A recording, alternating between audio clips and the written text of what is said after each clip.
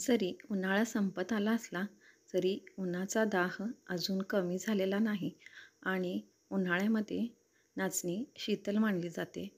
तर red star cooking चॅनलमध्ये आज आपण बनवतो आहे नाचणीचे लाडू आणि अगदी पौष्टिक आणि सोप्या पद्धतीने.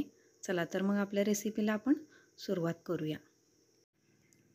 तर इथं मी गॅसवरती एक कढई ठेवलेली आहे आणि त्याच्यामध्ये मी 1 पेला नाचणी भाजण्यासाठी घालून घेते. साधारण 200 ग्रॅम आहे ही नाचणी. तर आपल्याला हलकंच याला भाजून घ्यायचं आहे.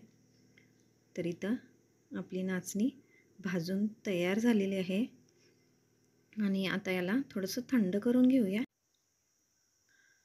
आता आपली नाचणी पूर्णपणे थंड झालेली आहे आणि आपण याला थोडं थोडं करून मिक्सरच्या भांड्यामधून वाटून घ्यायचं आणि आपलं जर पीठ चाळायची चाळण असते त्याच्याने याला चाळून घ्यायचं.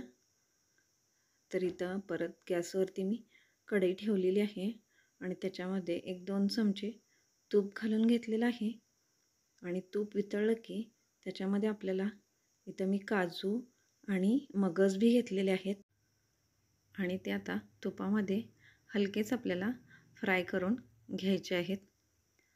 आणि आता आपण एका प्लेटमध्ये काढून घेऊया. तुम्हाला जे आवडतील ते तुम्ही ड्रायफ्रूट्स याच्यामध्ये घालू शकता, पण एवढेसे पुरे आहेत असं वाटते मला. तर इथं मी परत कढईमध्ये 2 चमचे तूप घातलेलं आहे. साधारण मी 100 ग्रॅम तूप वापरलेलं आहे. तर इथं 1 वाटी आपल्याला नाचणीचं पीठ आहे.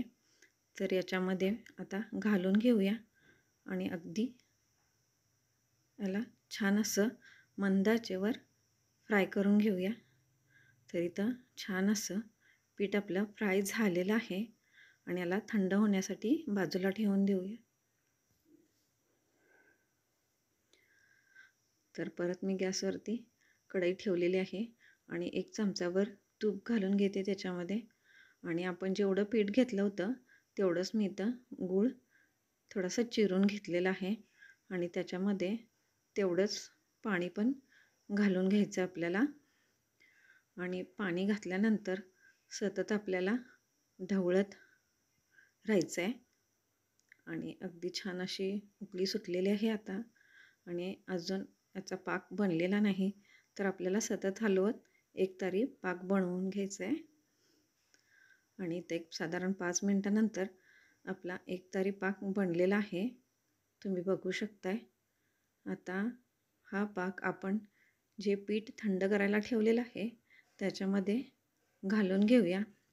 पहिल्यांदा थोडंसं घालायचं आणि पीठ छान मिक्स करून घ्यायचं आणि नंतर थोडं घालून घ्यायचं, म्हणजे हा पाक पिठामध्ये छान असा मुरतो.